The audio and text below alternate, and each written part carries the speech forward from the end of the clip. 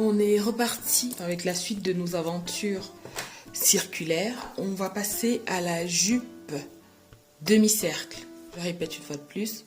Aujourd'hui, je parle de jupe, mais ça peut très bien être une robe, ça peut très bien être un bas de manche, un bas de pantalon, un bas de jupe, voilà, un bas de robe aussi.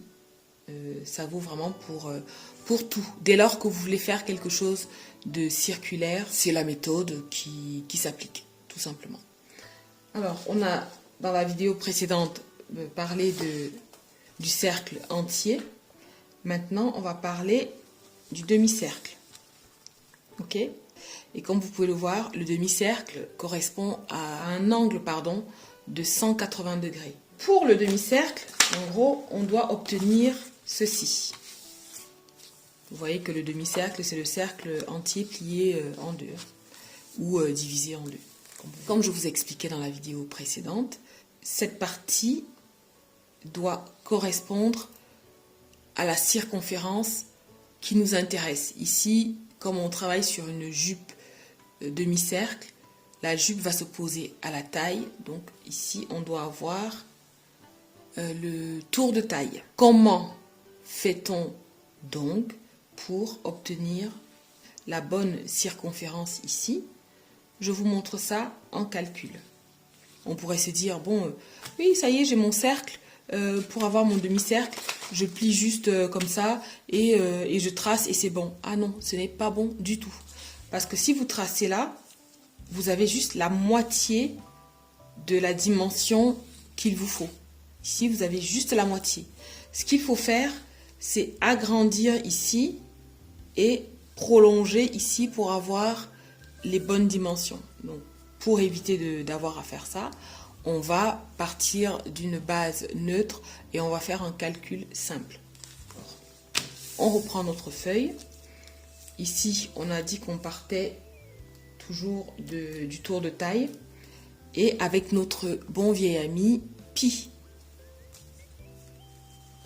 On va gommer ça. Je rappelle que ce que nous essayons de calculer à chaque fois, c'est le rayon. Le rayon qui correspond à cette mesure-là. Pour la jupe demi-cercle, ce qu'on va faire, c'est qu'on va prendre directement cette dimension ici, cette mesure qui correspond à mon tour de taille, avec 2 cm d'aisance pour le montage du zip. On va la diviser directement par pi. Pi qui ici est égal à 3,14. 3,14. Donc, ici, c'est le tour de taille, mais ça aurait pu être le tour de cou, ça aurait pu être le tour de tête, le tour de bras, le tour de ce que vous voulez. Là où vous voulez que votre cercle vienne se greffer, c'est cette dimension que vous devez prendre et qui va être mise ici. 76 divisé par 3,14. Ça fait 24,20. 24,20. Allez, hop. Et pour les besoins de tournage de la vidéo, j'ai dit qu'on travaillait sur une échelle d'un dixième. Ça veut dire que le rayon, je vais le diviser par 10 pour pouvoir le reporter sur ma feuille, parce que ma feuille est toute petite. Et pareil, je vais garder cette longueur ou hauteur de jupe. Donc ce L là correspond à ça. Donc à la hauteur de ma jupe. On est parti sur 80 cm. Ramené à une échelle d'un dixième, ça nous fait 8 cm. Ok? Donc pour les besoins du tournage, donc on part sur un format A4. Il faut bien penser à prendre un papier au bord bien fini, bord bien uniforme. S'il n'est pas uniforme ici, je vous conseille de tracer pour que vous ayez quelque chose d'uniforme. Ne pas fausser les mesures de notre jupe. Donc, moi, ce que je vais faire, c'est que je vais me mettre à 1,5 cm comme ça du bord. Et je vais venir tracer comme ça. D'accord? Et là, je vais essayer de chercher le milieu. On est sur 29, on va dire à peu près. 29, si vous divisez 29 par 2, ça fait... Bon, on va dire que je suis à 14,5, ok? Voilà, hop, 14,5, je me mets là, en transparence, angle droit. Voilà, ça fait ça à peu près. Quoi, on n'est pas obligé d'être au milieu, mais il faut qu'on ait quelque chose comme ça. Il va falloir que je vienne reporter, du coup, 2,4 et 8 cm. Je veux que mon rendu soit le plus harmonieux possible, donc je vais toujours partir de ce point, ok? Donc, je suis à 2,4. Donc, 2,4, ça fait ça. 2,4, hop, on est là, ok? Et je vais tracer 2,4 tout autour comme ça.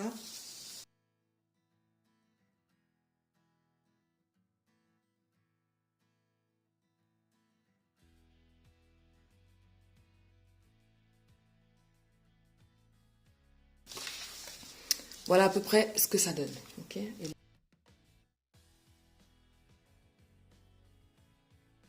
Et là, le grand rayon, parce que c'est aussi un rayon, je vais faire comme dans la vidéo précédente. Je vais prendre les 2,4 auxquels je vais ajouter les 8 cm. Pourquoi? Parce que je vais toujours partir du point du milieu là, de l'angle, vers l'extérieur. Je ne pars pas d'ici, puisque là, ça fait une courbe qui n'est pas très harmonieuse. Et comme on veut quelque chose d'harmonieux, on part toujours d'ici, ok? Donc si je prends mes 8 cm auxquels j'ajoute les 2,4 cm, ça nous fait 10,4. Ok? On est d'accord ou pas? Oui, on est d'accord. De toutes les façons, vous n'avez pas le choix. C'est moi qui décide. 10,4, on est là. Ok? Et là, je vais déplacer un peu la feuille pour pouvoir tracer.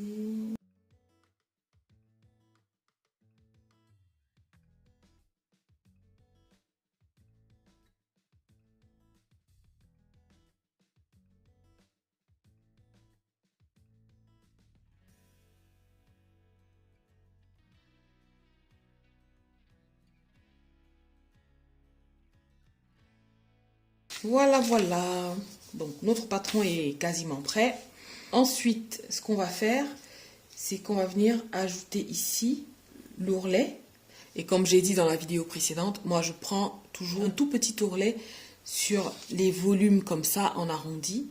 Tout simplement parce que la mesure ici n'est pas la même qu'ici. C'est pas comme sur un bas de vêtements droit où que vous partiez d'ici ou de là, la mesure est la même en fait. Ici, ce sera plus petit que là. Donc, si vous pliez par exemple à 3 cm, ce ne sera pas joli. Ça va faire des... Vous voyez, ça va faire des plis comme ça, ce ne sera pas joli. Plus votre ourlet ici est petit, et plus vous avez des chances de pouvoir récupérer en passant un petit peu de fer à repasser, de vapeur et tout ça. Ça se couche relativement bien et ça reste joli et harmonieux. Donc ici, moi, je vais ajouter 1 cm, c'est largement suffisant. Je surjette le bord et je fais un premier pli à 0,5, puis un second à 0,5, ça me fait mon ourlet à 1 cm. Donc là, il faut ajouter la valeur de couture. Après, sur votre patron, vous n'êtes pas obligé de mettre les valeurs de couture honnêtement sur le patron. Vous n'êtes pas obligé. Par contre, il faudra penser à les mettre sur le tissu. Quand vous allez placer votre patron pour découper le tissu, il faudra absolument penser à ajouter la valeur de couture au niveau de l'ourlet et de la taille. Ce que vous pouvez faire, c'est vous marquer dessus si votre patron comprend ou pas les valeurs de couture. Comme ça, vous savez, quand vous le ressortez, même 1 an ou 2 ans après, vous savez s'il y a ou pas les valeurs de couture. Sur celui-là, on va laisser comme ça, on ne va pas mettre de valeur de couture. On avait le cercle entier, si je le plie là, vous voyez que la circonférence ici est plus petite que là. D'accord? Mais si j'ouvre comme ça, j'arrivais à ouvrir ça, vous verriez que là, ça correspond à ça, à tout ça. Ce petit cercle-là correspond à tout ça. D'accord? Donc là, c'est le demi-cercle.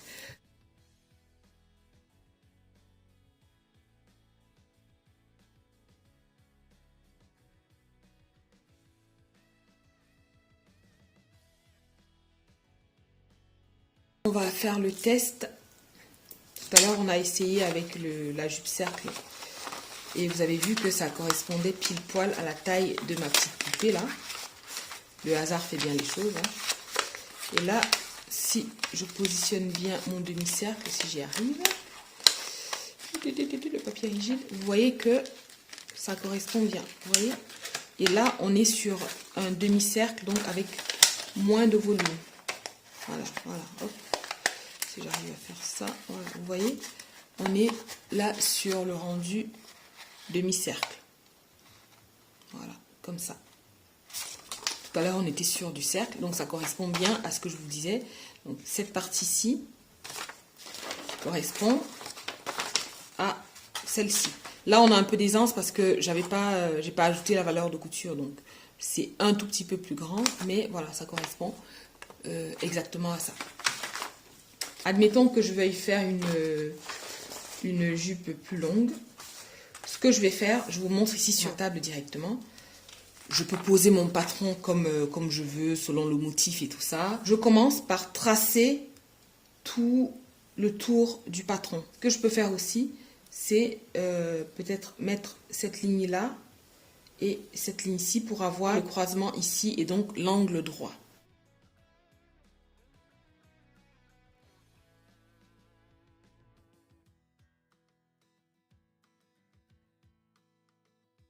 Ce que je vais faire, c'est que je vais venir relier les 3 points là. Voilà, je relie, je pense que vous arrivez à voir. Je relie les 3 points là et je me place bien en angle droit par rapport à ici.